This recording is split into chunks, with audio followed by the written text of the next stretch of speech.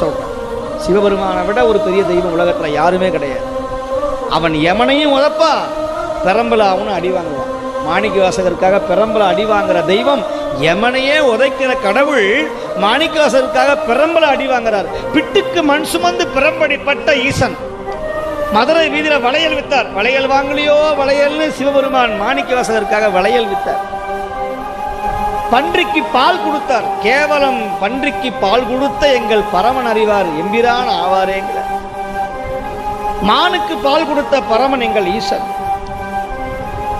சுவாமியினுடைய கருணையை மாணிக்க வித்தாராம் மதுரை வீதியில்.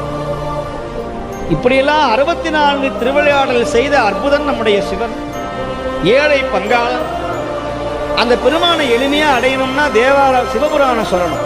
தினந்தோறும் 7 நிமிஷம் கூட ஆகாது. நமச்சிவாய வாழ்க, நாதன் தாழ் வாழ்க.